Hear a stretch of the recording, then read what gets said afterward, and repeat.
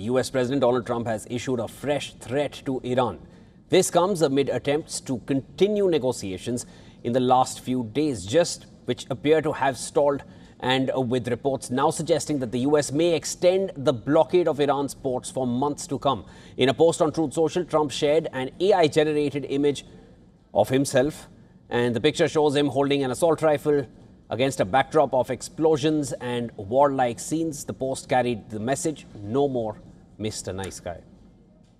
Now, further, Trump even warned Iran to get smart very soon, signaling a possible military action if Tehran does not comply with US demands. He also said that Iran must not acquire a nuclear weapon, adding that the country couldn't get its act together.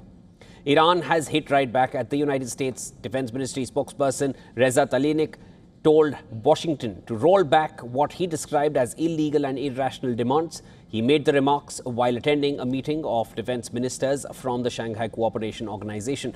Now, a senior Iranian lawmaker has issued a stronger counter warning to America, saying that if the US continues intercepting Iranian vessels in the Strait of Hormuz, Tehran could turn to its regional allies. He warned that Iran may ask the Houthi movement in Yemen to target the Bab al-Mandeb Strait, a critical route for international trade.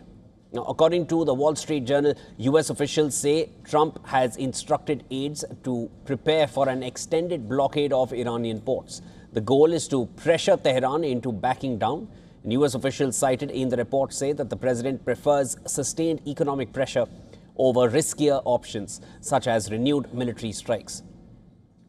On Tuesday, US Marines boarded a commercial ship in the Arabian Sea, suspecting it was headed to Iran in violation of the US-imposed blockade. Efforts to ease tensions have stalled in recent days, and Trump last weekend cancelled a planned visit by his special envoy Steve Witkoff and advisor Jared Kushner to mediator Pakistan. And at the same time, Iranian Foreign Minister Abbas Araghchi made 2 visits to the country over the weekend. Iran, for its part, has put forward a new proposal to end the 2-month-long war, which has been on hold since a ceasefire was put in place on the 8th of April. The plan suggests delaying talks on its nuclear program until the war officially ends and maritime disputes are resolved. However, the proposal does not meet Trump's demand. He insists that the nuclear issue must be addressed from the very beginning of any negotiations. According to reports, US intelligence agencies are currently reviewing Iran's potential response, but Iran has said that the United States cannot dictate the terms of any agreement. As a result, both sides remain reluctant to make concessions, and diplomatic efforts continue to face delays. All right, for more on this, I'm now being joined on the broadcast by Jane Kininmont, CEO, United Nations Association UK. Jane, always a pleasure speaking with you. Thanks so much for making time. If there was distrust between Iran and US earlier, at this point there seems to be outright cynicism among both sides. Can the desperation for a solution and a permanent halt get both sides to eventually resolve in the near term, or do you foresee this becoming a long-term stalemate with perpetual hands on the trigger on both sides? How do you see this? I fear that it will be a longer stalemate and that the diplomacy has reached a kind of quagmire. I think it will take some time to see how the enforcement of this blockade plays out.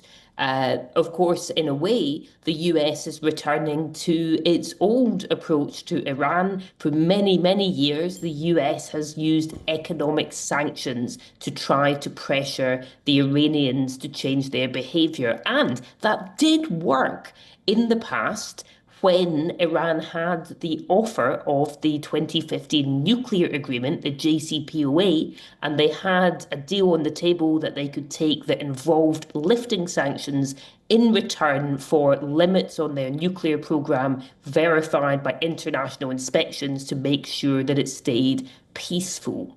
Right now, we're seeing the blockade essentially being a kind of intensification of sanctions. It's not really 100% clear what the US wants for Iran in return and whether that is something that Iran could accept. But there is also the question of what it will mean for US-China relations. And that's obviously something the whole world needs to care about, because the relations between those two superpowers will mean a lot for global stability. China is the main buyer of Iran's oil. So if the US's blockade really is effective in stopping Iran from exporting by sea, then China will suffer as a result. And then there's a big question about how long China will be willing to live with this US blockade. It's interesting you mentioned that, Jane, because that visit scheduled for 14th and 15th of May is coming up soon enough, and this is already postponed from the earlier dates of 31st of that was supposed to be in March. And as of now, what we've understood is that the blockade is going to eventually put pressure on China, and this could perhaps also be setting the stage for the US-China talks as Trump makes his way to Beijing. But we'll need to wait and watch how this one pans out in about 2 weeks from now. Quickly coming over to the nuclear program. Uranium enrichment, nuclear program, they were already unresolved issues. And this is before the war even started. And US has now given birth to the biggest sticking point of them all, that's the Strait of Hormuz. How long do you feel before US can eventually want to pull out its military presence? And they have an extensive military presence in the Strait of Hormuz to ensure that blockade remains in place. They have 3 aircraft carriers, they have hundreds of jets, they have thousands of troops. Do you feel US is going to blink first in terms of how long they can sustain that? Or do you feel Iran cannot go too long without its oil exports? And that will perhaps bring Iran to blink first. How do you see this one?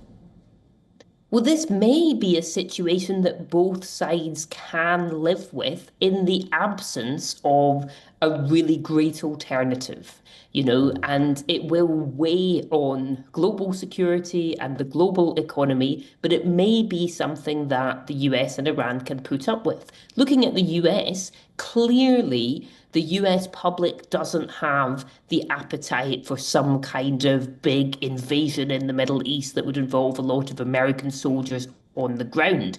That's why this blockade seems attractive to the US, because they can put ships at quite a distance from Iran and think that their navy will then be quite safe.